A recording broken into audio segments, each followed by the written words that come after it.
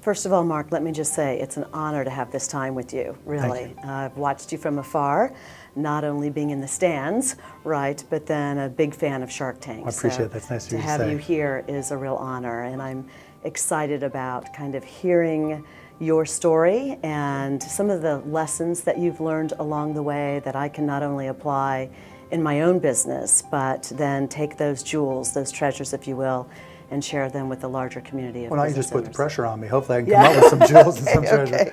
I have a feeling. So I'm curious to know, because from everything that I've read, you don't come from an entrepreneurial family, right? Not really. My dad, you know, had various jobs and then ended up working for a long time doing upholstery on cars. So if you had a rip in your car seat, you took it to Regency Products in Pittsburgh, and my dad sewed up your car seat. Or, you know, back in the day, if you wanted to create a pimp mobile, they also did pimp mobile. So he was proud of that. Okay. So he had, you know, some crazy characters that he used to talk about. But yeah, I mean, Well, you had a cool dad then. yeah, my dad's cool. Yeah, but trust me, he didn't think his job was cool. But yeah, we're a traditional middle class blue collar family.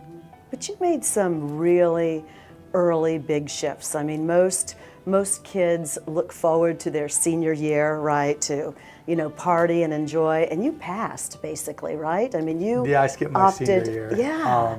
I always did everything back ass halfwards. You know, I like to challenge myself, and I went to Mount Lebanon High School in Pittsburgh, and I wanted to take business classes my junior year. Only they didn't offer any business classes, and so I decided I'd take some college business classes. But University of Pittsburgh didn't offer any real business classes either. So I said, you know, I'm going to challenge myself, and so I took a couple night classes at the University of Pittsburgh my junior year in high school. Did well in them and wasn't really challenged all that much at all. And so I just dropped out of high school, and instead of going back for my senior year, I went to the University of Pittsburgh and started taking classes there. My buddies were like, "Where'd you go?" And it was just I've always tried to challenge myself. Yeah. And so, but I got to ask. I mean, really, where does that come from? I mean, what was going on? What conversations were you having in your head, or your parents, or who, that you said as a junior, I want to take business classes? I just think I've always been wired that way. You know, when I was 10 years old, I was taking baseball cards and repackaging them and having a little trade show for baseball cards in the local park. I was selling garbage bags door to door, you know, to get basketball shoes when I was 12. I was buying and selling stamps when I was 15 and 16. I don't know. I think as much as anything, I've always been very, very competitive, and I wasn't all that good an athlete. I was one of those kids that kind of blossomed late. When I was, you know, a sophomore, junior in high school, I was probably 5'9" and weighed about 15 pounds more than I do today. I had thick glasses instead of contacts. I remember the first time I got contacts. Actually, somebody just sent me a picture from Pittsburgh from a Sweet 16 party. I was actually 17, and it was the first time I'd worn glasses out in public. I mean, contacts out in public. And the response I got was night and day versus anything else. Really? I mean, I mean, when I was 11, no, it was high school, 14, 15, I was playing baseball, got hit in the mouth, and my parents, I mean, never into fashion or looks or anything.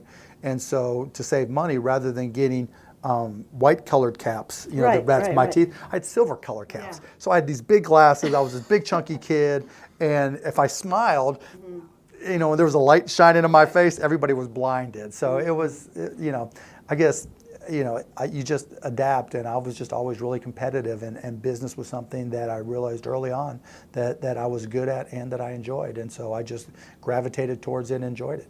Okay, and then you decided you were Indiana bound. Yeah, Pitt didn't have a business school, and so I saw a list of the top 10 business schools, and the cheapest was Indiana University. I applied, never visited the campus, and got in, and you know, showed up. Exactly. And that was it. And Kelly School of Business. Yeah, right? And actually I was undergrad, and so you know, showed up and lived on Shea One and Foster Quad, and it was, you know, it was a crapshoot, but it was one of the best moves I've ever made. Okay.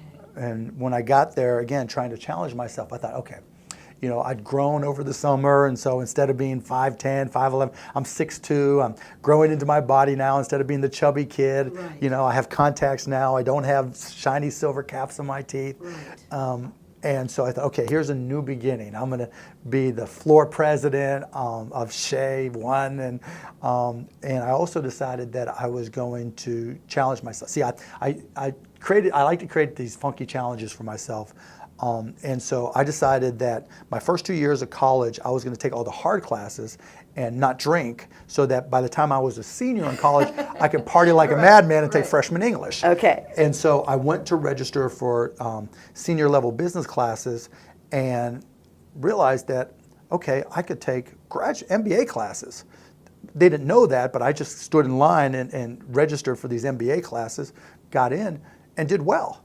My freshman year, my first year semester at IU, I took graduate level statistics, and I thought, okay, if I can do well in this class, I can do well in that. I got an A in it.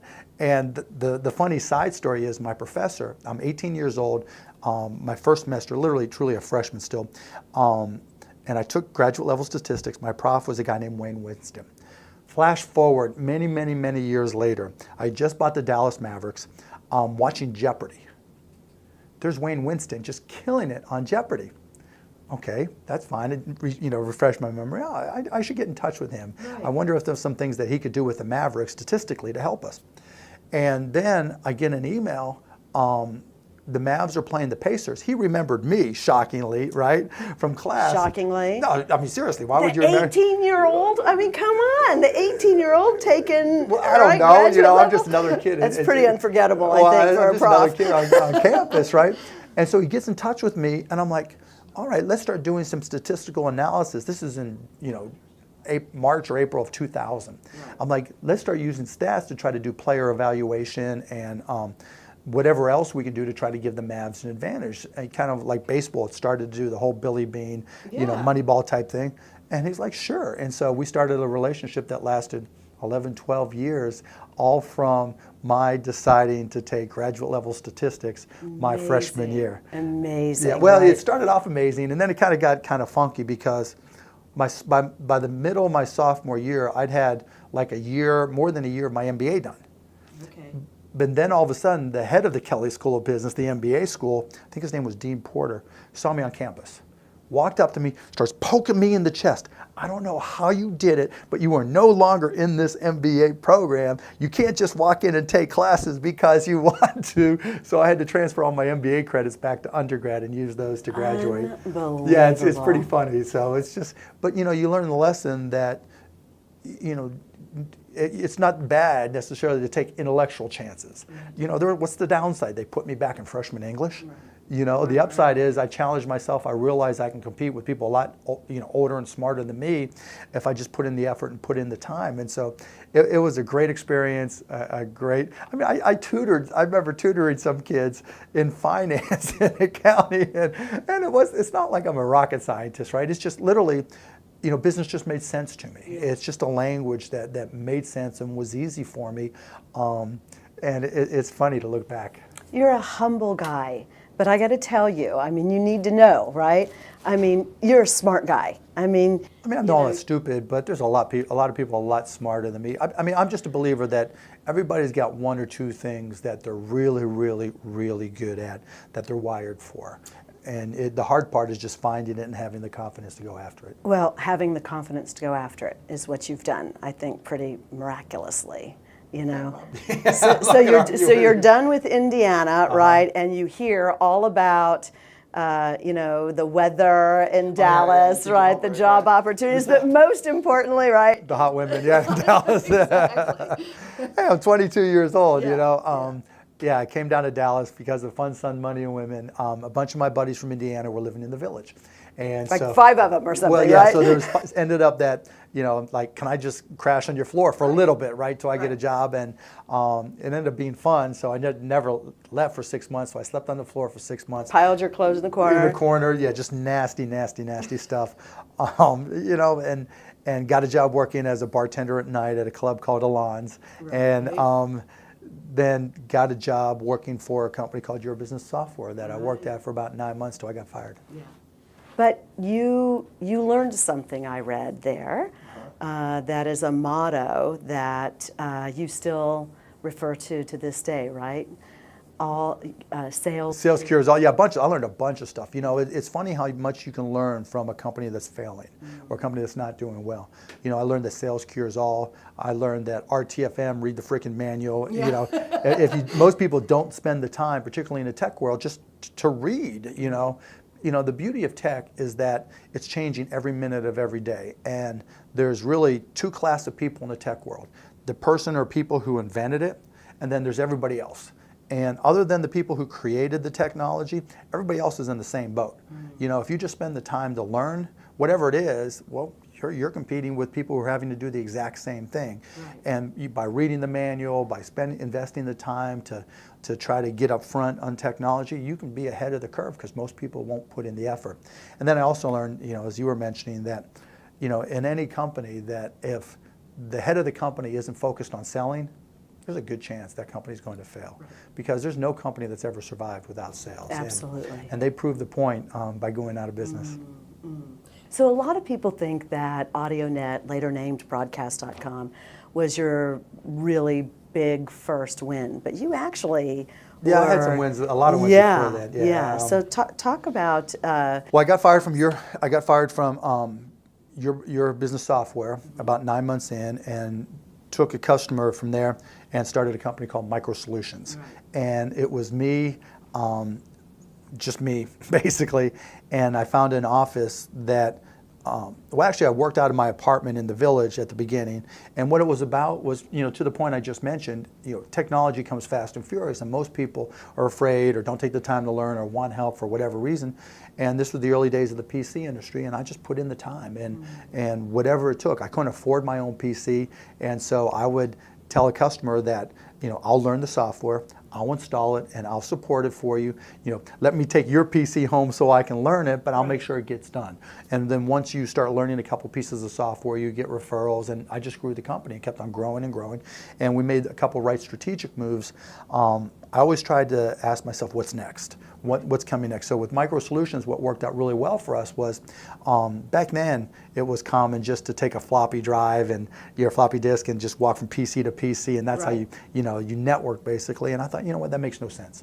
PCs are going to be connected up at some point so that people could share data, and so I want to learn how to network PCs. Well, you know, there was one company, basically a company called Novell, that was doing it, and we became their fourth system integrator in the entire country, and I used that, connecting PCs together, local area networking, to turn Micro Solutions into. By the time we sold it, we were on a $30 million a year run rate, and you know, one of the things I'm most proud of with Micro Solutions is that we were profitable every single month of our existence. Never had a losing month, let alone quarter or year, until we sold it to CompuServe, which was then part of H&R Block, and then I took that money and I retired. Yeah. For a while. Yeah. Yeah, I bet you did. I bet you did. But you were setting yourself up for more fun, right? Yeah, I mean, that was the whole point. I mean, my whole attitude was work hard, play hard, and I didn't take a vacation for 7 years during Micro Solutions. And then when I sold that company, I bought a lifetime pass on American Airlines, and I came to Dallas to party like a madman, and I worked my butt off to be in a position, and I got very good at it. So let's talk a little bit about passion, because you're really passionate about basketball, sports, right? And in fact, the whole broadcast.com started because of your passion to want to watch the Hoosiers game, right, on the internet. Right. And then you took that and you obviously... Yeah, you know what? I wouldn't call it so much passion as I would just paying attention to the obvious. Interesting. Because I think when most people... Just the way I'm wired, when I see something, I always say, is that the best way to do it? Is that the only way to do it? I mean, it's weird. I mean, I'll be in a restaurant and I'll be thinking, my mind will work in the processes. It's like, I was at an event and I saw John Legend there, and we were listening to another band, and when you listen to music, what do you see? What do you hear? And he started telling me about how he hears the arrangements and how he would do things differently and how he would compose things differently. And when I see business processes, no matter what it is, I always say, okay, is this the way I would do it? Is this the best possible way to do it? What would make it more efficient? What would make it more profitable? Is there an opportunity? Are they doing it so wrong that, and this is the way it's always been done, that there's an opportunity for a new business? And and then the last part is, am I willing to do the work to make sure I'm right? Exactly. And so with Todd Wagner, who's one of my best friends, we would sit down and talk and BS about business all the time. And he came to me with, okay, some guy's trying to invent this thing using pagers to get scores and listen to scores. And I'm like, that's crazy. All this internet stuff is happening. Now when we listen to an Indiana basketball game, somebody puts a radio next to a speakerphone, and we get on the other side down here in Dallas and listen to it on the speakerphone. There's got to be a better way. And so it was, on one hand, because the fact I love to listen to Indiana basketball, I'm a big fan, created the opportunity, but it really was the same way I approach everything, whether it's today or then. Is this the best process? Is this the best way? Is there a way to reinvent this? Is there a way to disturb it? Is there a way to completely disrupt him and put him completely out of business? And at that point, because the internet was brand new and I was still a tech geek, I put the tech hat on. It's like, okay, let's see what we can do with the internet. So I bought myself a PC that I could dedicate. I put it in the second bedroom of my house. Spent maybe $4,000 altogether, bought a faster connection to the internet, and just started teaching myself. And that's how basically the whole streaming business. We didn't invent the streaming software, but we helped make it work, and we helped integrate it, and we basically invented the streaming industry. Right. Which 18 years later is kind of crazy when you think about it. It is.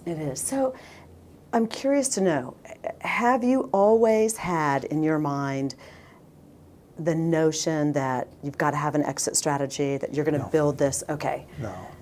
It's always been like my first company. I'm proud of the fact we're profitable every month. It's how can you be profitable? To me, a company with an exit strategy is a company I want to avoid. Okay. Because you can't control your own destiny.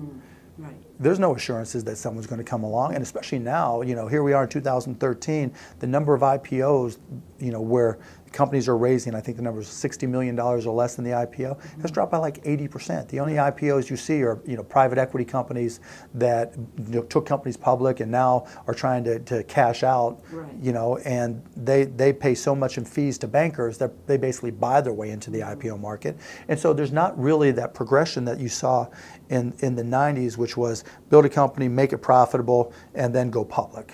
And then the internet bubble came along, and it was build a company. It doesn't have to be profitable, right? And then take it public.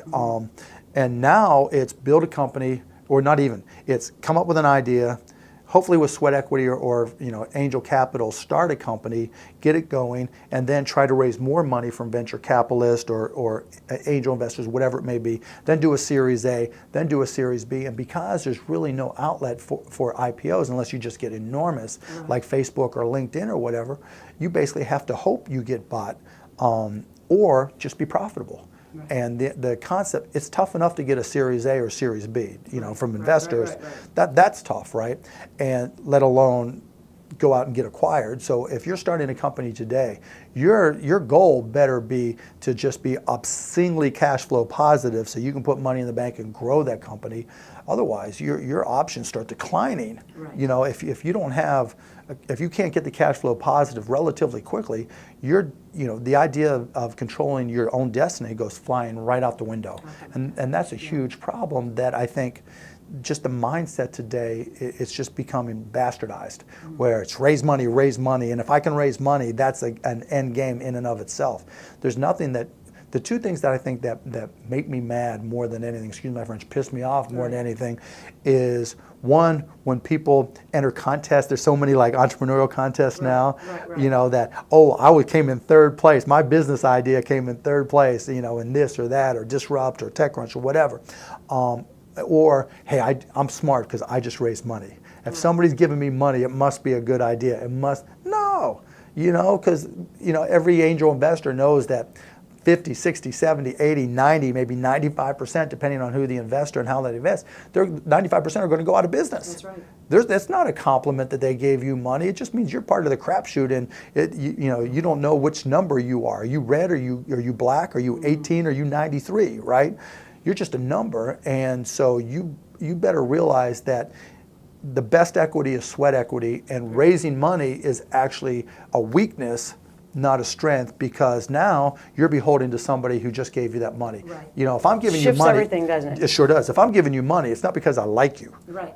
right? It's because I have an expectation. Right. Okay, good enough. So let's do the shift now to Shark Tank. Okay. Right? Big fan, as you well know.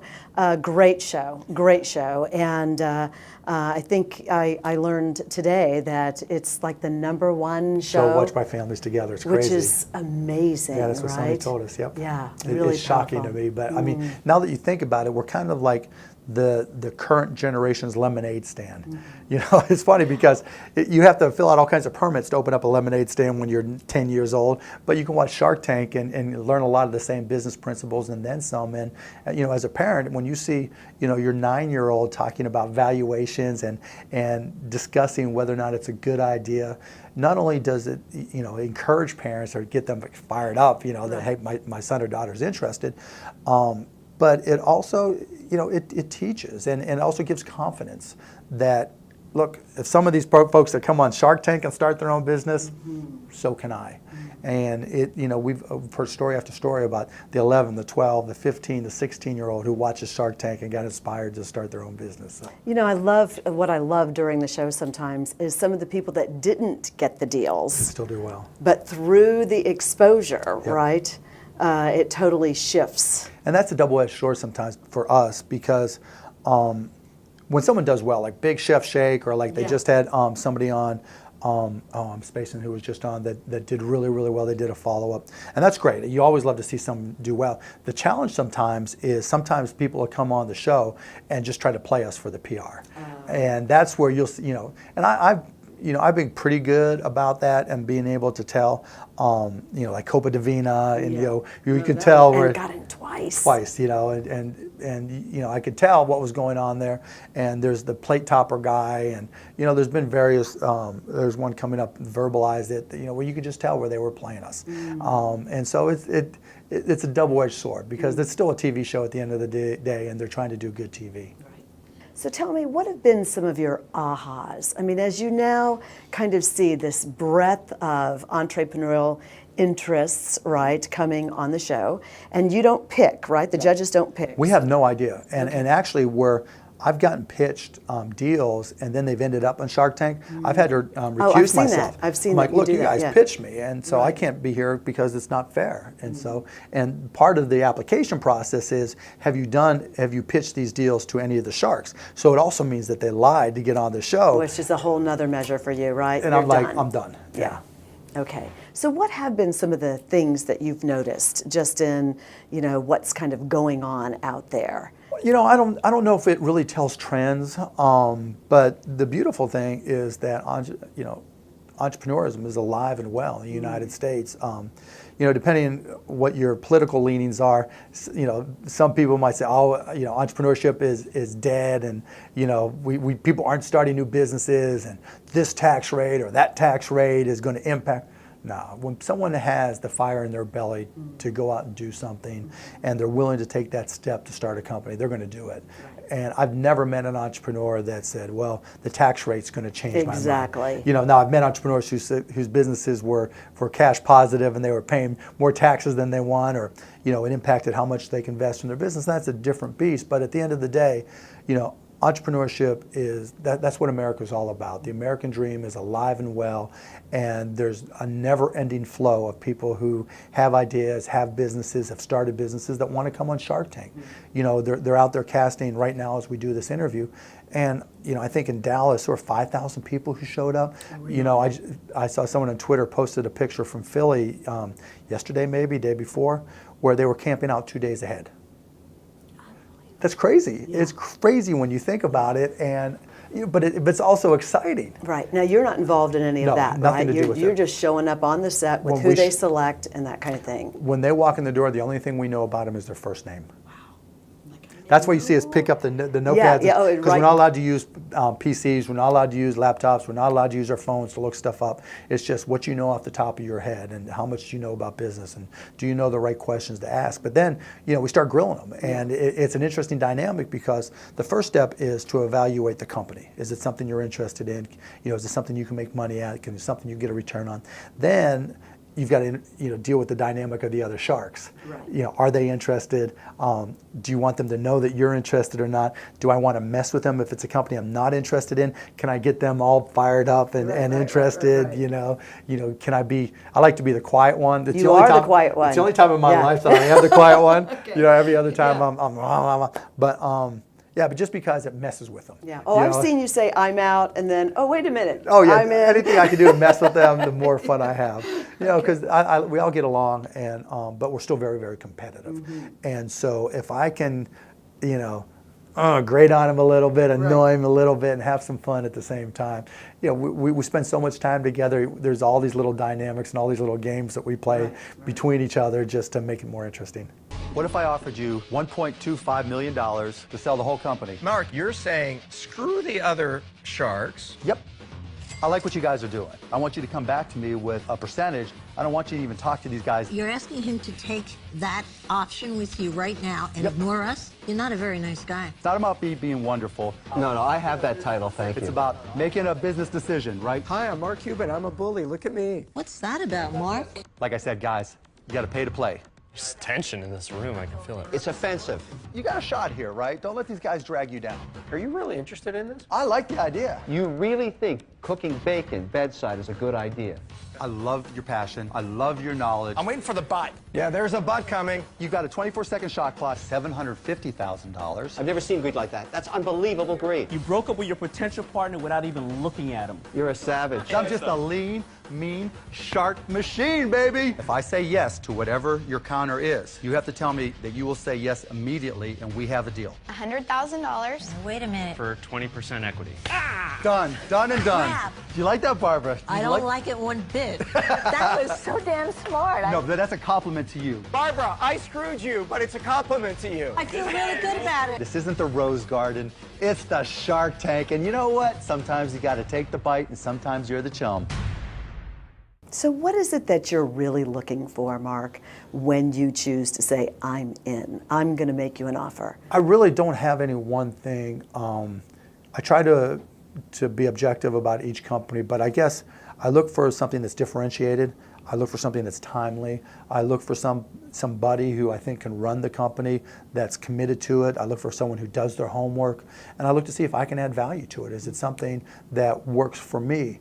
Because if it's something, the frozen food business, what big chefs say, because Not your thing. I mean, not your area of connections. I don't.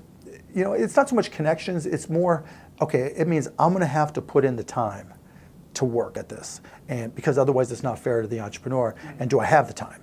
And that the time, and you hear me say it over and over again, time is my biggest constraint. It's more valuable to me than money. It's the one thing you can't get back. And look, I'm not here to tell you that time's always been my most valuable asset. When I was sleeping on the floor, I had plenty of time, right? And it's just, as you get older, I think more than anything else, and as you have a family, time becomes your most valuable asset, and that as much as anything else impacts the investments I make. As you kind of develop this portfolio, if you will, of how you are investing, are you finding now that you're being even that much more scrutinizing of? Yeah, just because of time. Yeah, exactly. And it means I have to hire a lot of good people.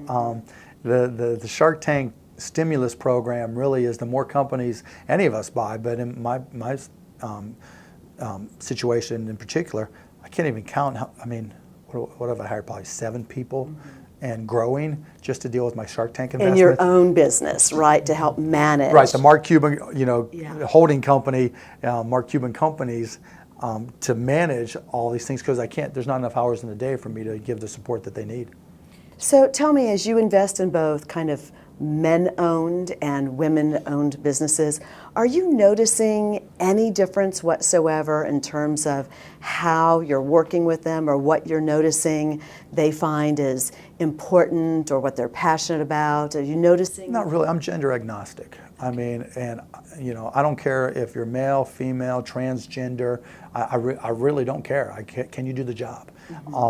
Now there are differences depending on the home situation, and again, it's not gender specific. Right. If it's a stay-at-home dad, which we've dealt with, Yep. you know, if it's a stay-at-home mom, it doesn't matter. You are going to be restricted in your time. I don't care how magnanimous you say you're going to be and how committed you are to the business. If your son or daughter has a cold or has a fever or has head lice from, you know, preschool, Right. you're stuck. Right. And that becomes an issue. And I've never met a man or woman who stays at home that says, I can't deal with it, because they've been dealing with it. They felt that, you know, you're not going to start a company unless you feel like you can deal with it. But one of the biggest traps every entrepreneur falls into, including myself, is we lie to ourselves. Yeah, I can do it. Yeah. Yeah, I can do it. Yeah, I can do it. Right. And then it comes down to it, oh, this is one exception. Yeah, I can do it, you know, or I'll just adjust. And you've got to be brutally honest with yourself and say, you know, what's my competition doing? Because it's not like competitors are saying, yeah, Mark's son Jake, Yeah. he's sick today. Yeah. Everybody time out. You know, Right. there's a sickness, so we're all going to take it easy. They're like, he's down, go. Exactly. Same thing I would It's do a to window of them. opportunity, It's a right? window of opportunity. So you've got to be honest with yourself and recognize that that puts a cap on your time. And I'm a big believer. You've got to work like there's somebody trying to take it all away from you, because there is. Right. There's no company, you know, there's no industry where, you're the monopoly. Congrats, you know. In this day and age where it's less expensive to start companies because of technology Sure, costs, right, and exactly. because you can outsource and you can do different things, and country doesn't matter. You can do it all here in the United States. It's so much easier, faster, cheaper to start a company these days that someone is going to bust your ass if you're not working hard enough, and so that's restriction. It's not a gender specific issue. It's a reality. It's a parent-specific issue, and I don't care who you are. You know, you're not going to. And if you're that parent who can just turn your back, I'll leave him in the car. Yeah, right, exactly. Then you got bigger problems. Right, I was going to say, Yeah. another reason why you want to stay away from that Exactly, person, right? exactly. Okay, so how do you measure success? How does Mark Cuban measure success not only in your own business, right, but those that you're investing in? Two different things, right? If I'm investing, I just want money. Right, okay, bottom line, you're looking at, right. It's payback, right? Because I'm giving you cash. You know, it's not like, do you have time to teach me how to play pool, right? And that's a good enough Do you return. have an internal formula on when you want that return back? No, because that's where I'm pretty open. Okay. I just want to know that there's that opportunity. A lot of the companies that I invest in, I'll create quid pro quo opportunities for my other companies. So, I'll invest X amount, but part of the deal is if you're a software company, like we use a company called nimble.com for our CRM, and I invested in them. And part of the deal is my companies get free software. So Right, that gives got me it. a balance, to create an opportunity there. So no, it's money. Now in terms of myself, I was happy when I was poor. I wasn't going to stay happy being poor, but I had a great life. And for me, the definition of success is waking up in the morning with a smile on your face, excited about the day. And it doesn't matter how old you are, if you're 12, 24, 44, 84. If you wake up and that big old smile pops on, and it doesn't matter if you have to flick the cockroach away from the bed. If you're excited about the day, right, you're successful. Because most people, they set these line item things that they define themselves by what they don't have or by what other people have. And to me, that's crazy. Always living for Something the else, next step, right? And, they find themselves in this grind to try to attain things because they think that's what it's about, rather than just saying, okay, what makes me happy? When I sold my first company and I retired, it wasn't like I was going to live some lavish lifestyle. I was still going to live in an apartment or live in a house where, I was going to live like a student, basically. And I was fine with that. I didn't need a bigger, fancier car. I didn't need the biggest house. I didn't need the biggest anything. My car, I had the same car, whatever. I was just having fun. And as long as I felt like I was going to enjoy my day, I'm good. And now that didn't say, I still, as I was grinding through for 7 years without a vacation, I had my goals, but I was enjoying the process. Otherwise, you're not going to go 7 years without a vacation if you're not having fun. Exactly. So I want to shift and ask you a few personal things, right?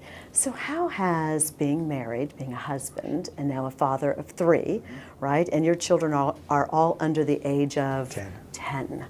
Okay. 3, 6, and 9. So how has that shifted Mark Cuban, the person, and Mark Cuban, the businessman? Oh, it's changed my priorities dramatically. I mean, now there's nothing more important than my kids.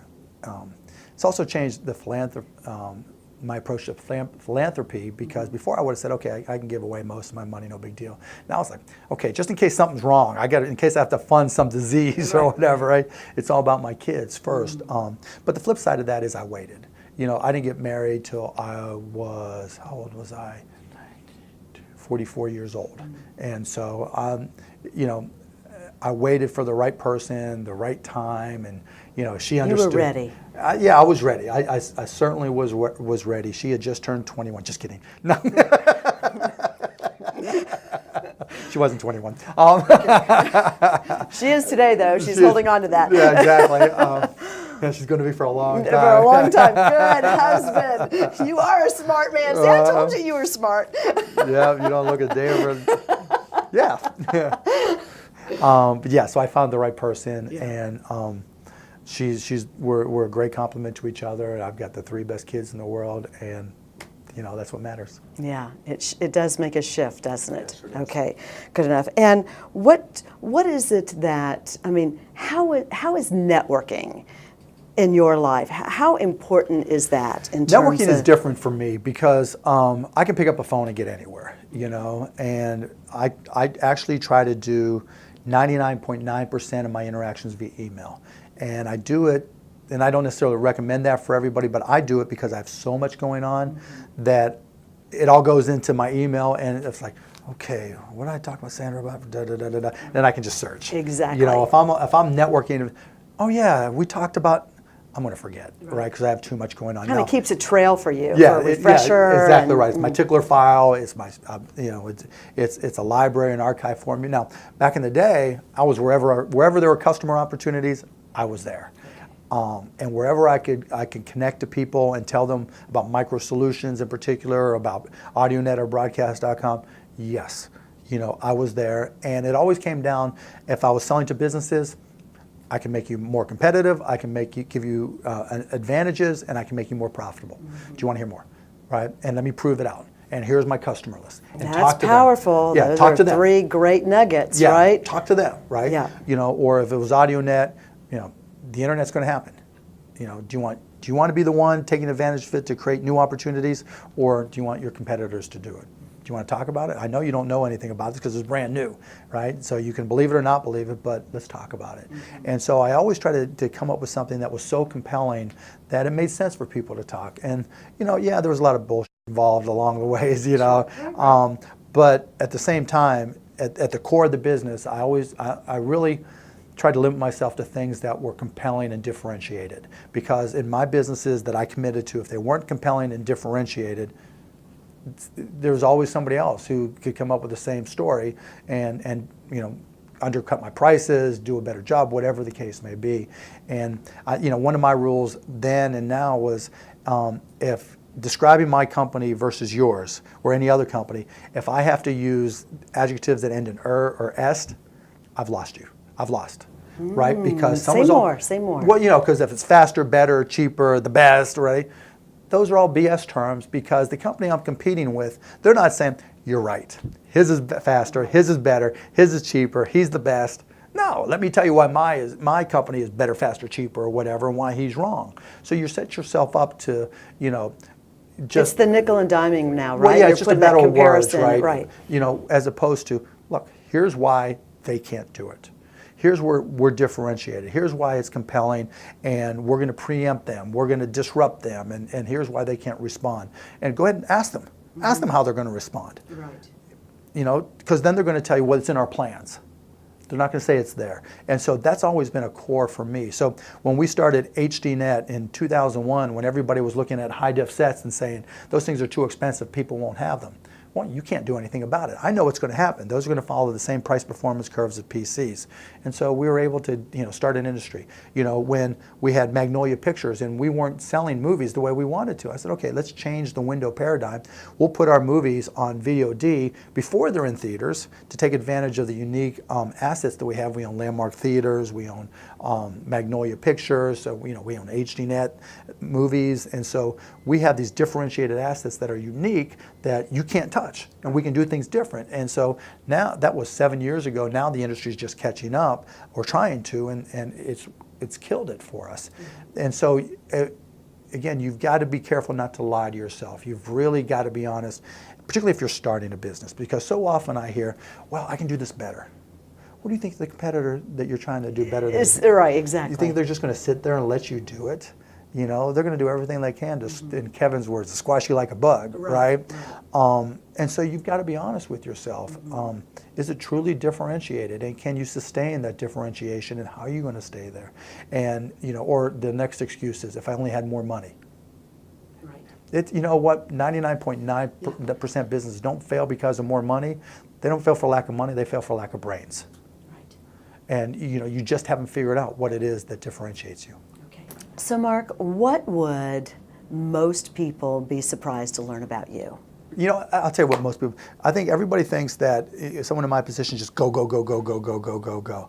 I mean, I wake up, I'm in my shorts, I work from home, I go sit on my computer. My excitement of the day, since I really do meetings or calls, is playing with my kids and sitting on my computer all day. I mean, literally, other than going to the gym and playing basketball or working out, I mean, I'm at home.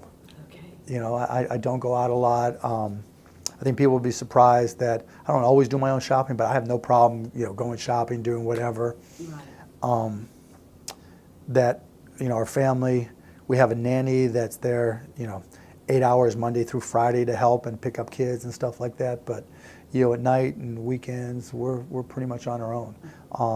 We try to live as normally as possible, and so we're just, no butlers, no servants, that's just not me. Yeah. You feel really at peace and in alignment with the life you have now? I mean, I don't think I look at it that way. I just try to enjoy every day. I mean, someone's got to be the luckiest guy in the world, and as long as my kids are healthy, that's me. There you go. Oh, how cool is that? So from a business perspective, what's 1 to 3 things that pieces of advice, if you could leave like the golden nugget or nuggets to entrepreneurs? Do the work. Most people don't do the work.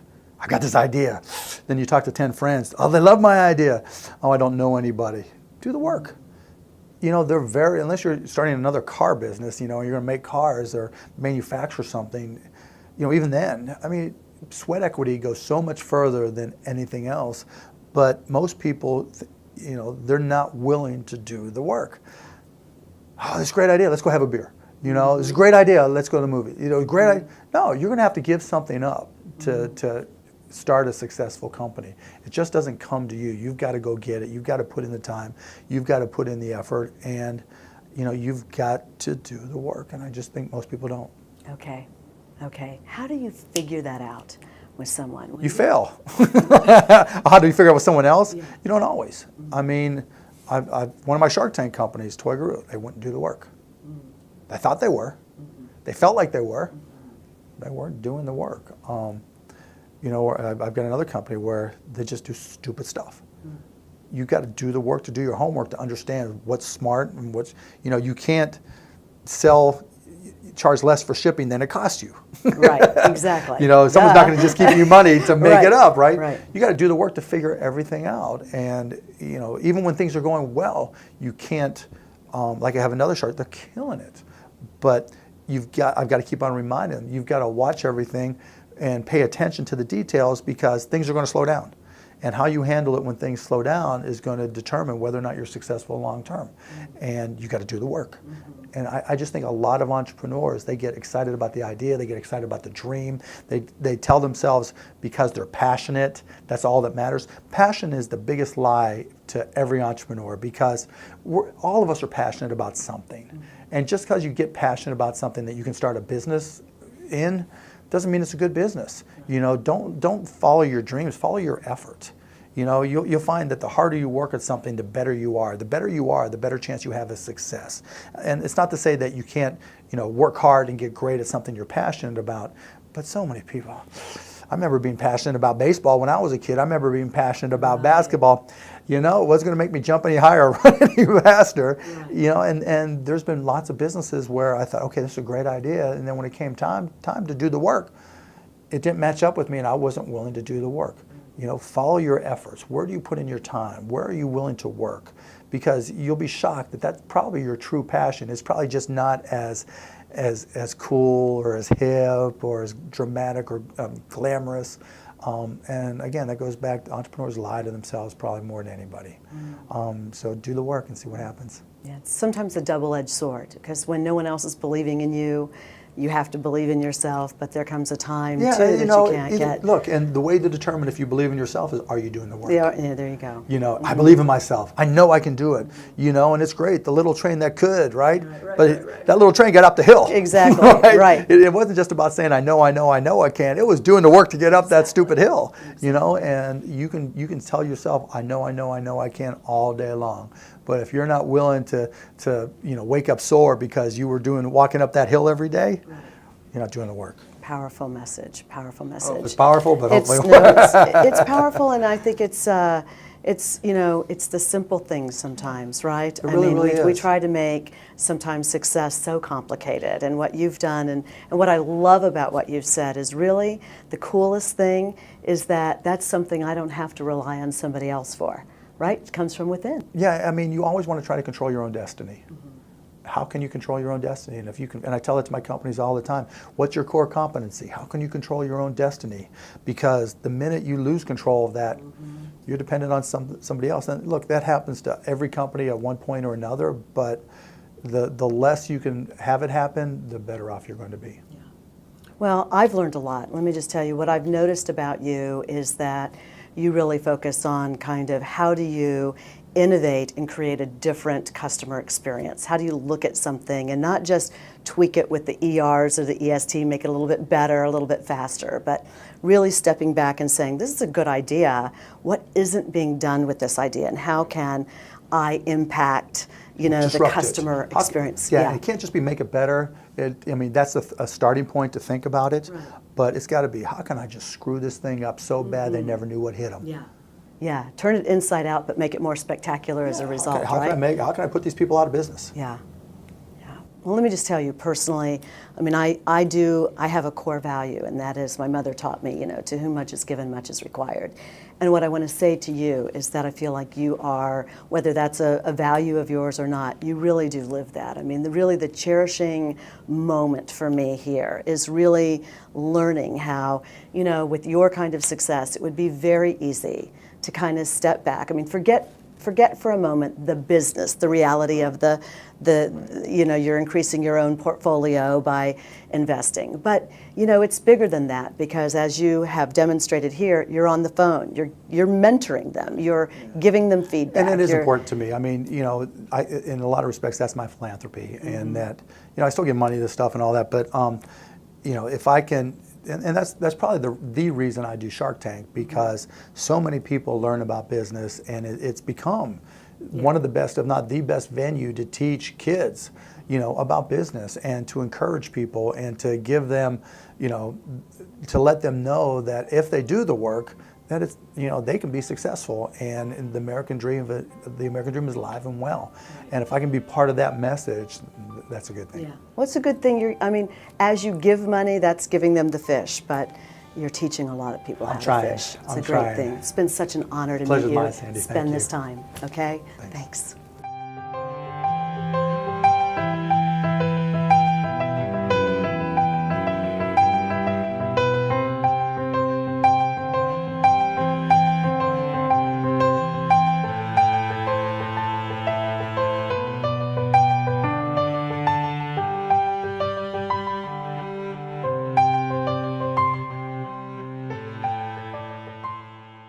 MBA done. Okay. But then all of a sudden, the head of the Kelley School of Business, the MBA school, I think his name was Dean Porter, saw me on campus, walked up to me, starts poking me in the chest. I don't know how you did it, but you are no longer in this MBA program. You can't just walk in and take classes because you want to. So I had to transfer all my MBA credits back to undergrad and use those to graduate. Yeah, it's pretty funny. So it's just, but you learn the lesson that, it's not bad necessarily to take intellectual chances. What's the downside? They put me back in freshman English. The upside is I challenged myself. I realized I can compete with people a lot, older and smarter than me if I just put in the effort and put in the time. And so it was a great experience, I remember tutoring some kids in finance and accounting, and it's not like I'm a rocket scientist, right? It's just literally, business just made sense to me. It's just a language that made sense and was easy for me. And it's funny to look back. You're a humble guy, but I got to tell you, you need to know, right? You're a smart guy. I'm not all that stupid, but there's a lot of people a lot smarter than me. I'm just a believer that everybody's got one or two things that they're really, really, really good at, that they're wired for. And the hard part is just finding it and having the confidence to go after it. Well, having the confidence to go after it is what you've done, I think, pretty miraculously. So you're done with Indiana, right? And you hear all about, the weather in Dallas, right? The job opportunities, but most importantly, right? The hot women, yeah, in Dallas. Exactly. Hey, I'm 22 years old, Yeah, I came down to Dallas because of fun, sun, money, and women. A bunch of my buddies from Indiana were living in the Village. And like 5 of them or something, well, yeah, right? so there ended up that, can I just crash?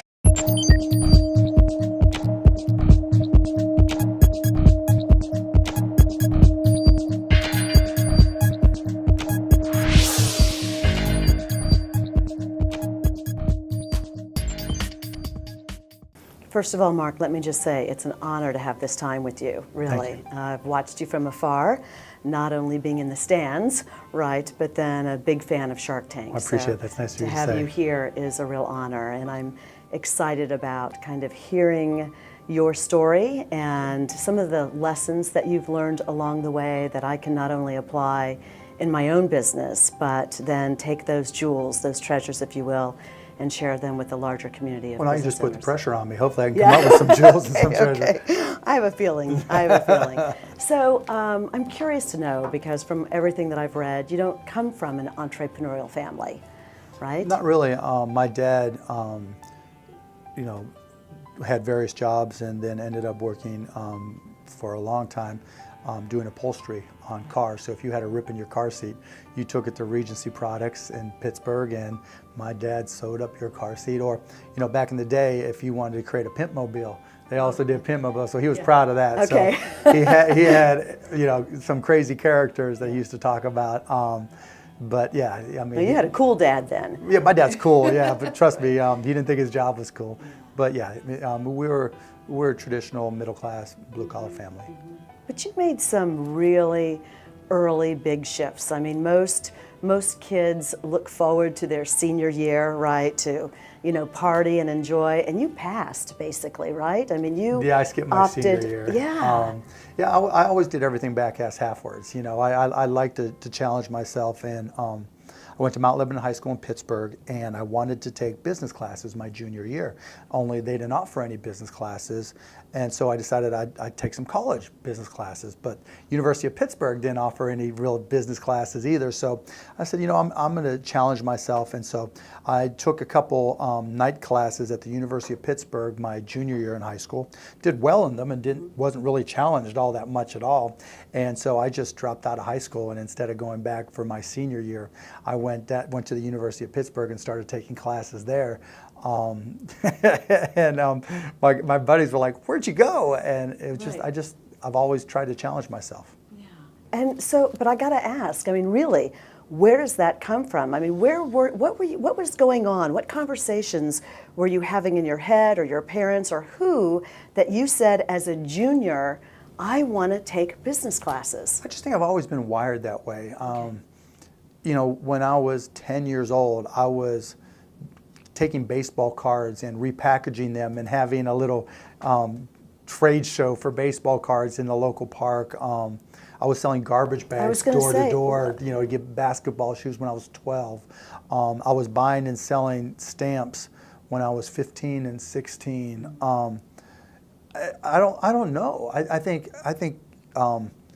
as much as anything, I've always been very, very competitive, and I wasn't all that good an athlete. I was one of those kids that kind of blossomed late. When I was, you know, a sophomore, junior in high school, I was probably 5'9" and weighed about 15 pounds more than I do today. I had thick glasses instead of contacts. I remember the first time I got contacts. Actually, somebody just sent me a picture from Pittsburgh from a Sweet 16 party. I was actually 17, and it was right the first time I'd worn glasses out in public. I mean, contacts out in public. And the response I got was night and day versus anything else. Really? I mean, I mean, when I was 11, no, it was high school, 14, 15, I was playing baseball, got hit in the mouth, and my parents, I mean, never into fashion or looks or anything. And so to save money, rather than getting white colored caps, you know, that's my teeth, I had silver color caps. Yeah. So I had these big glasses, I was this big chunky kid, and if I smiled, you know, when there was a light shining in my face, everybody was blinded. So it was, you know, I guess, you know, you just adapt, and I was just always really competitive, and business was something that I realized early on that I was good at and that I enjoyed, and so I just gravitated towards it and enjoyed it. Okay, and then you decided you were Indiana bound. Yeah, Pitt didn't have a business school, and so I saw a list of the top 10 business schools, and the cheapest was Indiana University. I applied, never visited the campus, and got in, and you know, showed up, and that was it. And Kelly School of Business. Yeah, right? and actually I was undergrad, and so you know, showed up and lived on Shea One and Foster Quad, and it was, you know, it was a crapshoot, but it was one of the best moves I've ever made. Okay. And when I got there, again, trying to challenge myself, I thought, okay, you know, I'd grown over the summer, and so instead of being 5'10", 5'11", I'm 6'2". I'm growing into my body now instead of being the chubby kid. Right. You know, I have contacts now. I don't have shiny silver caps on my teeth. Right. And so I thought, okay, here's a new beginning. I'm going to be the floor president of Shea One, and I also decided that I was going to challenge myself. See, I like to create these funky challenges for myself. And so I decided that my first 2 years of college, I was going to take all the hard classes and not drink, so that by the time I was a senior in college, I could party like a madman and take freshman English. Okay. And so I went to register for senior level business classes and realized that, okay, I could take MBA classes. They didn't know that, but I just stood in line and registered for these MBA classes, got in, and did well. I mean, my freshman year, my first year semester at IU, I took graduate level statistics, and I thought, okay, if I can, you know, do well in this class, I can do well in that one. I got an A in it. And the funny side story is my professor, I'm 18 years old, my first semester, literally, truly a freshman still, and I took graduate level statistics. My prof was a guy named Wayne Winston. Flash forward many, many, many years later, I just bought the Dallas Mavericks, watching Jeopardy. There's Wayne Winston just killing it on Jeopardy. Okay, that's fine. It, you know, refresh my memory. Oh, I should get in touch with him. Right. I wonder if there's some things that he could do with the Mavericks statistically to help us. And then I get an email. The Mavs are playing the Pacers. He remembered me, shockingly, right, from class. Shockingly? No, I mean, seriously, why would you remember? remember? The 18-year-old? I mean, come on. The 18-year-old taking, well, I don't know. You know, I'm just another kid. That's pretty unforgettable, I think, for a prof. I'm just another kid on campus, right? And so he gets in touch with me, and I'm like, all right, let's start doing some statistical analysis. This is in, you know, March or April of 2000. Right. I'm like, let's start using stats to try to do player evaluation and whatever else we can do to try to give the Mavs an advantage. And kind of like baseball, it started to do the whole Billy Bean, you know, Moneyball type thing. And he's like, sure. And so we started a relationship that lasted 11, 12 years, all from my deciding to take graduate level statistics my freshman year. Amazing. Yeah, well, right. It started off amazing, and then it kind of got kind of funky because by the middle of my sophomore year, I'd had like a year, more than a year of my